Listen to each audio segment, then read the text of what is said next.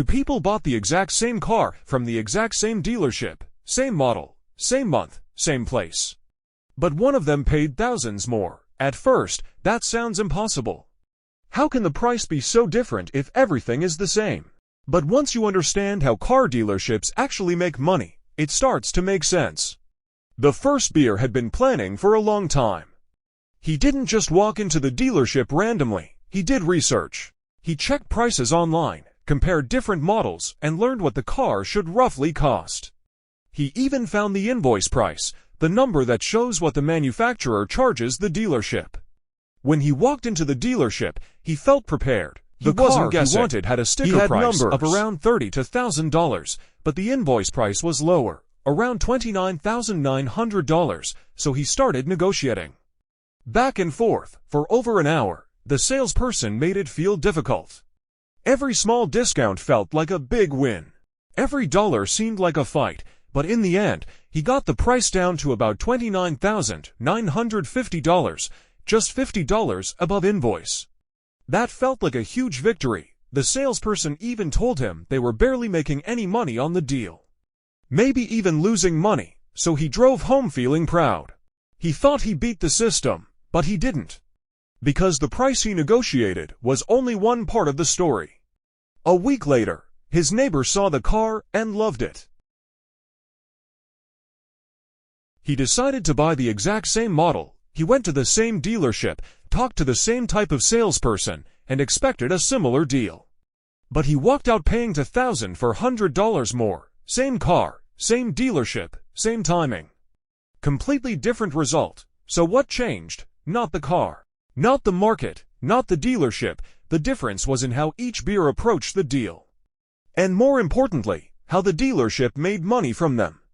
Most people think a dealership makes money from one simple thing: buy low, sell high, that's it. But that's not how it actually works. The visible price, the one you negotiate, is only the surface. Underneath it, there are many hidden ways the dealership earns money, and most buyers never see them. Let's start with something important. The invoice price is not the dealership's true cost. It looks official, it feels like a real baseline. But it's not the full picture. After a car is sold, the manufacturer often sends money back to the dealership. This is sometimes a small percentage of the car's price. It doesn't show up on any report the customer sees, but it exists. And it lowers the real cost of the car for the dealership. There are also bonuses. If a dealership sells a certain number of cars in a month, they can receive extra money. This is why deals often get better near the end of the month. It's not because the dealership suddenly becomes generous. It's because they are trying to hit a target. And hitting that target can be worth a lot of money. There are also incentives for specific models. If a manufacturer wants to push a certain car, they may offer extra payments to dealerships for selling it. Again, the customer never sees this. Let's start with something important. There are also regional incentives. If sales are slow in a certain area, dealerships there may receive additional support. This also lowers their real cost. All of these things mean one simple truth: the dealership's real cost is usually lower than what you think. But even all of that is not where the biggest money is made. The real money is made after you think the deal is already done. After you agree on the price, you are usually taken into another room, a smaller office, a quieter space. Most people relax at this point. They think the hard part is over. But that room is where the dealership makes the most profit. The person you meet there is often called a finance manager. But their role is not just paperwork. They are one of the top earners in the dealership. Because this is where the real selling happens. First, the loan. If you finance the car, the bank approves you at a certain interest rate.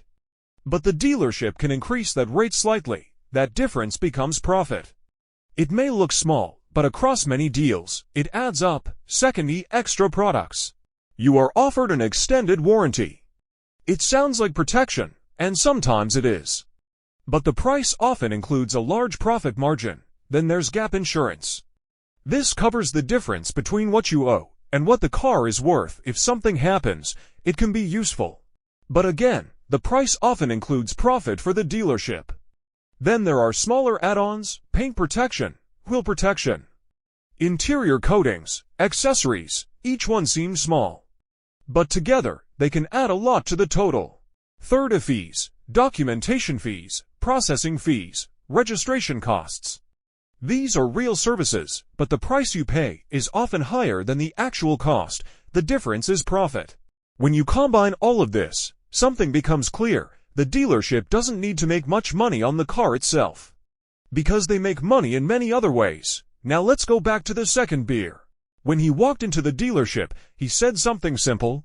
I'm paying cash. He thought this gave him power. No loans, no complications, straight deal. But the dealership heard something different. They heard no financing profit, no interest markup, no extra products tied to a loan. In other words, they lost one of their biggest profit opportunities. So what did they do? They made up for it somewhere else. They became less flexible on the price. They didn't lower it as much, and the beer ended up paying more. This is the part that surprises most people, because in many situations, cash is powerful. If you pay cash for services or small business transactions, you might get a discount. Because it's faster, simpler, and has fewer risks, but a dealership is different. For them, financing is not a problem, it's a product. The loan itself is part of how they make money. So when you remove that, you reduce their incentive to give you a better deal. Another important detail, dealerships try to figure out your payment plan early. They may ask directly or indirectly. For example, through a form you fill out or during casual conversation. Even a credit check can be used to confirm your intention to finance. The earlier they know you're paying cash, the less flexibility you may get. So what's the better strategy? They became less flexible on the price. They didn't lower it as much, and the beer ended up paying more. This is the part that surprises most people, because in many situations, cash is powerful. If you pay cash for services or small business transactions, you might get a discount. Because it's faster, simpler, and has fewer risks, but a dealership is different. For them, financing is not a problem, it's a product. The loan itself is part of how they make money. So when you remove that, you reduce their incentive to give you a better deal. Another important detail, dealerships try to figure out your payment plan early. They may ask directly or indirectly. For example, through a form you fill out or during casual conversation. Even a credit check can be used to confirm your intention to finance. The earlier they know you're paying cash, the less flexibility you may get. So what's the better strategy? This way, you benefit from the financing deal without paying long-term interest. But always calculate, if there are extra fees, make sure the savings are still worth it. At the end of the day, buying a car is not just about choosing a model. It's about understanding how the system works. The dealership earns money in layers. Some are visible, many are not. If you only focus on the visible price, you might miss the bigger picture. The first beer did well on the surface, but still left money on the table. The second beer lost leverage early and paid more. The difference was not luck, it was understanding.